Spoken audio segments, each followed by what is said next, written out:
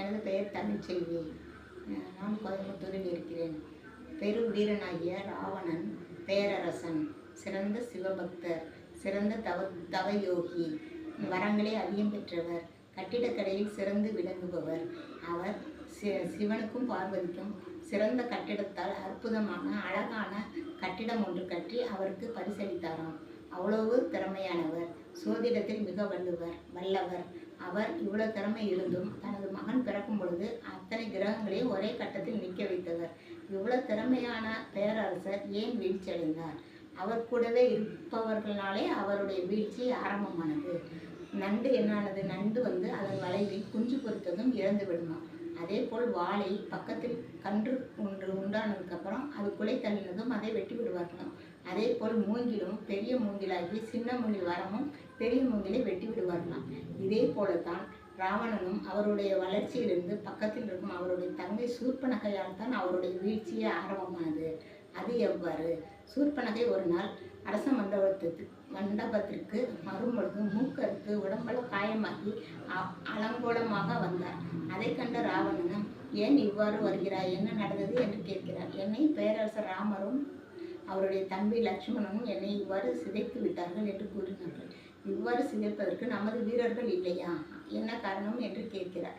அப்பொழுது அவர் நடந்ததை கூறுவதற்கு முன்னால் அவர் ராவணனுடைய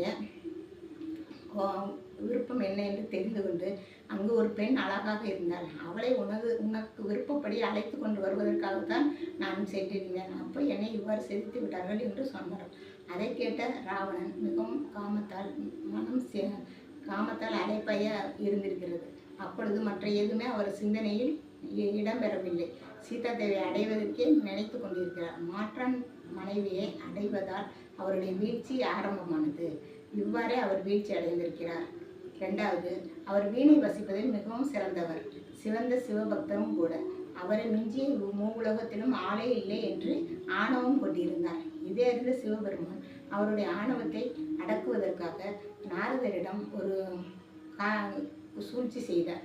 அப்பொழுது இதை அறிந்த அகஸ்தியரும் அதற்கு சம்மதித்தார். அகஸ்தியரிடம் நாரதர் சென்று, இந்த மாதிரி ராவணன் தலைக்கணம் இருந்து ஆணவமாக தன்னை மிஞ்சி வீணை வாசிப்பதில் யாரும் இல்லை என்று கூறுகிறார். அவரை அதை பற்றி கூறும் பொழுது அவர் சரி வர சொல்லுங்கள் என்று சொல்லுகிறார்.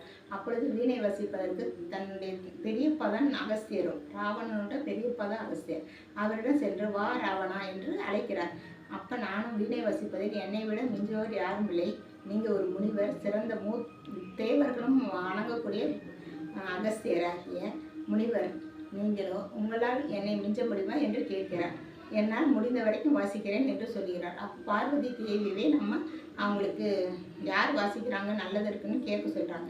பார்வதி தேவியை, நீங்கள் இருவரும் எனது கண்கள், நீங்கள் இருவருமே நன்றாக வசிக்கிறீர்கள் என்று அவர் சொல்லிவிட்டு போய்விட்டார். அப்பொழுது நமக்கு யார் கரெக்டாக சொல்கிறாங்க அப்படின்னு அவங்க யோசிக்கிறாங்க. அப்பொழுது அங்கே இருக்கும் மலையை பார்த்து, இந்த மலையே நமக்கு பொதுவாக உள்ளது, இது கரைந்து நீராக போக வேண்டும், அப்படி இருந்தால் யார் ஜெயிச்சோன்னு சொல்லிக்கலாம் என்று சொல்லுகிறார்கள். அந்த பொதுவாக இருந்ததுனால தான் அந்த மலைக்கு பேர் பொதிகை மலை என்று பெயரானது.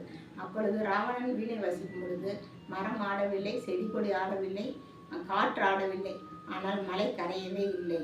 ஆனால் அகஸ்தியர் வீணை வசிக்கும் பொழுது காற்று ஆடவில்லை, மரம் செடி கொடி ஆடவில்லை, ஆனால் மலை கரைந்து நீராக ஓடியது. தனது தவறை ஒப்புக்கொண்ட ராவணன் அவரிடம் மன்னிப்பு கேட்டார். ஆனால் அகஸ்தியரோ, கடவுள் தான் நமக்கு இந்த வேலை வைத்திருக்கிறார் என்று தெரிந்து கொண்டு, நீ நன்றாக மக்களோடு ஆட்சி செய்வாய், இலங்கையை நல்ல சந்தோஷமாக வைத்துக்கொள்வாய் என்று அவரை ஆசீர்வதிக்கிறார். ஆனால் மனித கடவுளாகவே ராவணன் இலங்கையை ஆட்சி செய்தார். இந்த சூழ்நிலை வரவில்லை என்றிருந்தால் அவர் நன்றாக தான் ஆட்சி செய்திருப்பார். அவரோட சூழ்நிலை அப்படி வந்துவிட்டது. அவர் மக்களோடு சந்தோஷமாக ஆட்சி செய்யும் பொழுது தங்கத்தால் ஜொலித்ததான் இலங்கை. இவ்வாறாக கூறுகிறார். அவர் யாரிடமும் வீழ்ச்சி அடையவில்லையாம். கார்த்தி வீரன் என்பவரிடமும் வாலியிடம் மட்டும்தான் அவர் வீழ்ச்சி அடைந்தார். பின்னர் வாலியே அவரோட நண்பரானார்கள் என்று கம்பராமாயணத்தில் கூறப்படுகிறது. அவர் மந்திர அம்பு எய்து மரணப்படுக்கையில் இருக்கும் பொழுது ராமன் லக்ஷ்மணிடம் அவரிடம் போய் சில உபதேசங்கள் கேட்டுவா என்று அனுப்பி வைக்கிறார். அப்போ லக்ஷ்மணனும் அவரோட தலைப்பகுதி இருந்த பகுதியில் வந்து சிறிது நேரம் நிற்கிறார். ஆனால் ராவணன் எதுவும் பேசவில்லை. இதை அறிந்த லக்ஷ்மணன் ராமனிடம் சென்று, அண்ணா அவர் எதுவும் பேசவில்லை என்று சொல்கிறார். அப்போ அவர் என்ன சொல்கிறார், எந்த மனிதனும் குறைந்து எடை போடக்கூடாது என்று நீ ராவணனோட கால் பகுதியில் போய் சென்று உபதேசம் கேட்டு வா என்று அனுப்பி வைக்கிறார். லக்ஷ்மணனும் வந்து அவர் கால் பகுதியில் நிற்கிறார். அப்பொழுது ராவணன் அவரிடம், வா பேரரசே லக்ஷ்மணா என்று அழைக்கிறார். நான் சில உபதேசம் சொல்லுகிறேன், மனித வாழ்க்கைக்கு ஏற்றது என்று எல்லா மனிதரும் கேட்டுக்கொள்ளலாம் என்று சொல்லுகிறார். அது என்னவென்றால், எந்த ஒரு நல்ல காரியங்கள் செய்யும் பொழுது உடனே செய்ய வேண்டும், காலம் தாழ்த்தக்கூடாது என்று சொல்லுகிறார்கள். எந்த ஒரு தப்பான காரியம் செய்யும் போதும் காலம் தாழ்த்தி செய்ய வேண்டும். நான் அவ்வாறு சீதாதேவி அபகரிக்காமல் காலம் தாழ்த்தி செய்திருந்தால் நான் இந்த வீழ்ச்சி அடைய மாட்டேன் என்று சொல்லுகிறார்கள். எந்த ஒரு ரகசியத்தையும் யாரிடமும் கூறக்கூடாது. நான் என்னுடைய ரகசியத்தை விபீஷணனிடம் கூறினதால் தான் என்னுடைய வீழ்ச்சியே ஆனது. அதனால் யாரிடமும் எதுவும் கூற வேண்டாம். எந்த ஒரு மனிதனையும் குறைவாக மதிப்பிடக்கூடாது. இவ்வாறாக அவருடைய வீழ்ச்சியே அவருடைய காரணம், அவருடைய ஆணவம் காரணம். தர்மமே தலை தூக்கும். நன்றி, வணக்கம்.